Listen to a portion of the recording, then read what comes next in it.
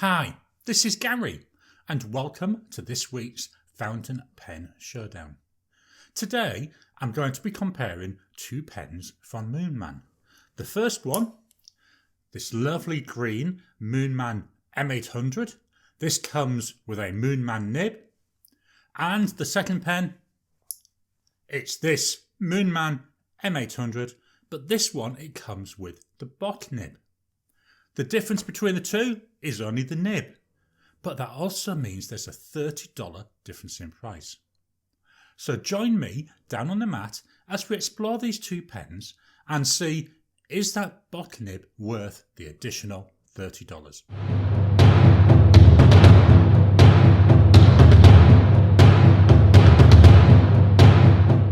Here we are down at the mat. So we've got that Moonman M800 in the green. So this is the one with the Moonman nib, and we've also got the Moonman M800 in the amber, and this one has the Bock nib. In terms of price, the green one, so the Moonman nib, cost me 52 Aussie dollars. The amber one, that was 82 Aussie dollars. So $30 more just for having that Bock nib. Both the nibs are fine, and I haven't been able to find any other different size nib in my searching on eBay and AliExpress. Most of the review I'm going to spend with the amber pen. The pens are so similar that we can just talk about one. What I will then do is fetch the green pen in when we're going to talk about something specific to that green pen. So let's move the green one just out of the way for now, and we'll have a closer look at this Moonman M800. So both ends have got this hexagonal shape, so it's got a little bit of a point. So there's the bottom and here's the cap. The body itself is beautiful colouring. We've got 1, 2, 3, 4, 5 bands in like a brassy gold colour. The clip, it's got this little wheel here which does spin round, and that does help a little bit when you put it into a shirt pocket. And the clip, it's very springy. It's not really that tough to pull back, unlike a lot of the other pens I've looked at lately. So this is a really usable clip and really fits well into a shirt pocket. If we look at the cap, so we've got the cap, we've got, as I said, the clip there, which is attached via the band. And we've got these 3 decorative bands here, and then a very slight step down to the rest of the body. It's not enough that you'd really notice it, but it is there. It's that slight step down. And then we come into the body itself. So it's got a slight tapering out. So we get a little bulge here in the middle. Then it tapers back off and down to the end. This cap here, it's fixed. It doesn't come off. It's there more for decoration than actually for utility. The colouring on this is really nice. One of my issues with this particular amber pen, here we've got this gorgeous colour. Look at that. It's just like looking at a tiger. You've got some yellows, you've got some golds, you've got some white, you've got some grey, you've got some black. Absolutely beautiful. But unfortunately, they forgot to do it on the rest of it. So to me, that actually spoils it a bit. You know, we've got this beautiful colouring, but in only a small little part of it, which is such a shame. The other thing with this amber pen, if we look where the body and the cap meet, the patterns don't join up. So you don't get that really smooth continuous flow throughout the whole pen, which again is a shame.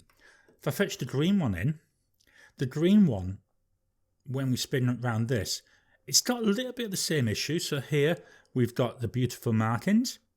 We've got a little patch here where there's none. Then we get back to it. So here it's definitely still there, but not as obvious. And if we look with the cap here, that pattern more or less matches up. So it's definitely a lot closer than the amber pen, but there's still an issue with it, which does spoil it in a little bit. Now we're going to take the cap off. So let's have a look at this. It takes, there's 1 1/4. Roughly 1 1/4 turns to remove the cap. Inside the cap, there's no cap liner, but we've got that colouring going through there. And if we look at the section, we've got some small tapering up to the threads for the cap. The threads are very smooth, so they're not digging into my hand at all. I can rub my finger over there, and yes, I'm aware that they're there, but they're not really interfering with it. The section then itself, it tapers down and to this end. At this end, there's no lip. A lot of pens I've been trying out have got a lip at the end of the section. And one of the issues I have, I hold my pens fairly low down, which means I'm holding it on this edge here. And when there's a lip, it digs into my hand. But here, with no lip, it's really comfortable to hold. And then we look at the nibs. Let me just stretch that cap in to stop this rolling off. Wants to roll. So there we are with the Bock nib. I'm just going to fetch in the other pen now. So this is where we can compare the two. And there's the green with that Moonman nib. So they're both quite pretty looking nibs. I really like the two-tone effect on this Bock nib. The Moonman nib, to me, it seems a little bit wider, but that just could be the way I'm looking at it. On the Moonman nib, we've got a crescent hole here for it to breathe, where it's a circle on the Bock nib. The Bock nib obviously is engraved with Bock.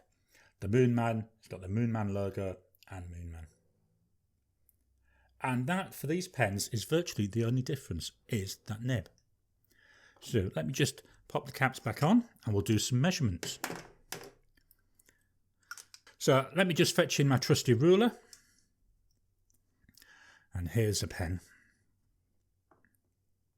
So when the pen's capped, it comes in at approximately 14.2 centimetres. Uncapped,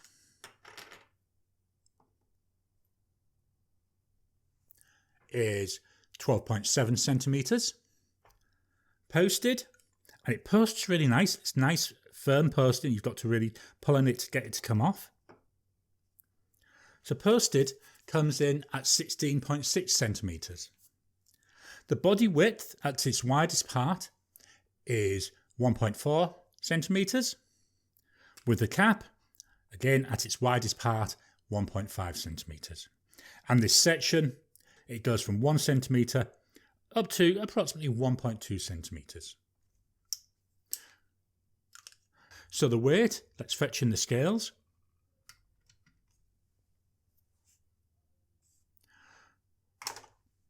So popping it on, and that comes out at roughly 24 grams. The cap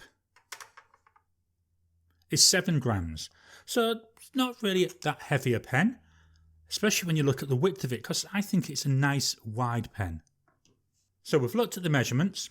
So now let's jump and look at the writing sample. So I'll fetch in my trusty book.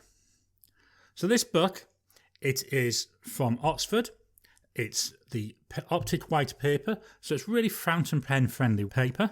I'll start with the Moonman nib. So this obviously is the cheaper of the two pens.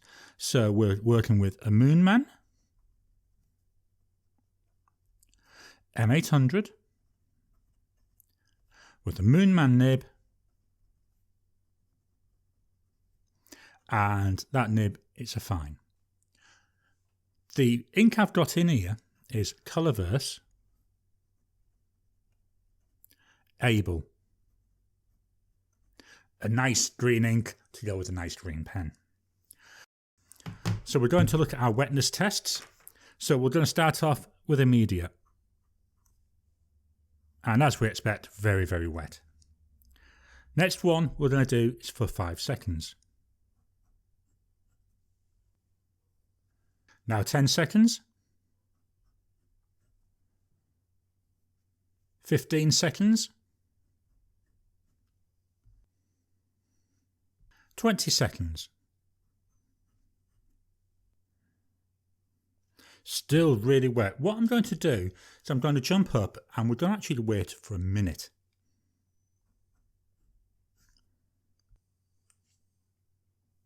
And even after a minute, we've got some wetness there. So I would think this really isn't a pen and ink combination for the left-handed among you. Let's switch then to the other pen, which is the Bock nib. So this is Moonman M800, Bock nib, and again it's a fine nib.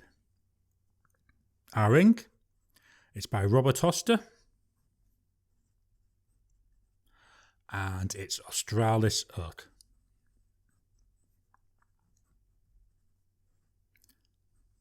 This is another one of those inks I'm playing around with at the moment using a brownie ink. So let's do our swatches. Straight off, well, you can definitely see it's drier than the green one. So 5 seconds. 10 seconds. So we're getting a lot drier now. 15 seconds. We're virtually dry at 15 seconds. Then finally we're going to go 20 seconds. There we go. A little bit there still, but not that much. So after 20 seconds, more or less dry. What I'm going to do now is I'm going to do a writing sample with both pens. And for this, I'm going to move the microphone as close as I can get it to the paper, so you can actually hear the pen writing. So we're going to start off with that green one. I'll just move this paper slightly, move the microphone. So here we go. This is the Moonman M800 with the Moonman nib.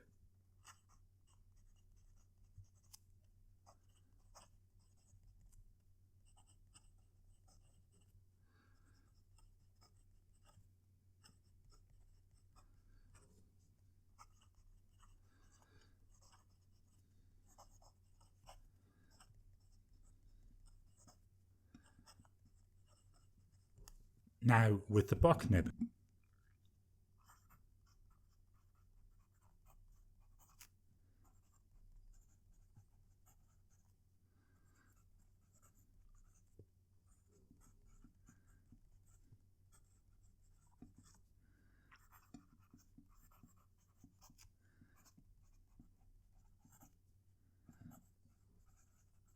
So both pens, they're both really nice smooth writers. I enjoy writing with them. I like the way this feels in the hand. I don't normally use posted pens, so unposted it feels nice. You know it's there. It's got nice width to it. As I say, I'm holding that fairly low down, but nothing on the section is getting in my way. And the way the section's tapered is actually really smooth to hold. Capped, posted, still fairly smooth, not too heavy. You know, there's only 7 grams in that cap, so it's not going to add that much to the weight. Overall, really nice pen. So, what are my positives? Well, I just love these pens. I love the way they feel. I like writing with them. I like the way they look. Yes, I'm slightly disappointed because this beautiful patterning doesn't go all the way around on either of the pens. But that's fairly minor. They're fairly lightweight, but you can feel the quality in them. You know you're holding them. So they're well balanced. The price, well, the price actually isn't too bad. They're both cartridge converter pens. So this does, in a way, detract a little bit from me. The fittings, because they're metallic, what that means is you can't eyedropper it. I'd love this to be a piston filling pen. To me, that would just be what sets it apart from the rest. But as a cartridge converter, it doesn't matter, it works really well. With the green one, I've had problems with this when I was writing, but that was when I was using the Pilot Irishizuku Shin Ryoku ink. What I was finding is I would be writing away, and if I left it, and it could be anything from just 10 minutes up to a couple of days, to be honest, the bottom part here of the channel was empty of ink and it wouldn't write. What I'd have to do is really shake the pen really hard a couple of times. I'm obviously not going to do it that hard now because it's got a really wet ink in it and I don't want ink all through the barrel. That's really the only negatives I can think to it. So let's start giving this some scores. We'll go and we'll start with the green one. Green one, nice looking nib. The pattern, the chatoins, more or less the whole way around the pen. It's also green, which is my favourite colour, which adds extra points. So I'm going to give that 9 out of 10. With this amber pen, I think, to be honest, the nib, the Bock nib, looks so much nicer than that Moonman one. I love the two-tone of it. Disappointed, as I've said a number of times already, the fact that that colouring is missing from 3/4 of the body. And that's really got to impact the mark. So I'm afraid I can only give that an 8 out of 10. Writing experience, well, as we saw, writes really well. I find because of the issue that I had with that nib on the green, I've got to mark it down a little bit. So unfortunately for the green, I can only give that 8 out of 10. Whereas for the amber, I can give it 9 out of 10. Same with ink flow. Ink flow, that green one, I had that issue. Could have been related to just that one ink. I'll know as I use different inks in it. But again, at the moment, it's got to be impacting the score. So I'm afraid that's only an 8 out of 10 for the green one. And it's a 9 out of 10 for the amber. Value for money. Well, they're beautiful pens. Is it worth the $50 that I paid for the green one? I think so. Is this amber one with the Bock nib worth $30 more? Well, I don't think it is. So that's got to impact on the value for money. So value for money for the green one, I'm going to give it an 8 out of 10. Because of that extra $30 for this amber one, well, I can only give it a 7 out of 10. Which means that this gives me an overall score of 8.3 for each of the pens, so they tie, which is nice to see. So that's my showdown of these two pens, the M800, one in green with a Moonman nib, one in amber with a Bock nib. What do you think? Is it worth $30 extra to get this Bock nib? I've got to be honest, I don't think it is. The Bock nib looks nice, but when you get down to the writing, there isn't that much of a difference. Yes, I know I did have some problems with the green pen, but I think that was down to using that Irazuku Shinryoko ink. The other green ink I've got in there, I've had no problems with it. I've even left it about a week without writing, and it started up and wrote straight away. So, yeah, for $30, I think I'd rather keep that $30 in my pocket. I'm not saying these are bad pens. I actually love both these pens, and I always have an M800 in my daily carries. And I will be honest with you, I've also ordered the purple and the blue colours in this pen because they're just so nice. I like to write with them. I love the feel of them. They feel like there's quality. They feel really nice to use. Drop your comments down below. Do you agree with this about the M800? Have you got an M800 that you're having problems with? Or have you got one that you're raving about? Share your comments below and let's see if we can get the conversation going. If you haven't already, please like the video, hit that thumbs up button. Every time you hit that thumbs up button, every time you comment, it helps with the YouTube algorithm to try and push my videos higher up their ranking system. If you haven't already, please subscribe to the channel. That means you can get new videos as I release them. Join me again in 2 weeks when I'm going to be comparing two pens from Pen BBS. The first one is this, the Pen BBS 268. This one, it's a vacuum filler. And that will be going head to head with the Pen BBS 467. This one, it's a magnetic filler. It's an unusual filling system. Join me in 2 weeks' time when I'll be going through these pens, comparing them against each other and seeing which one comes out the winner. Until then, goodbye.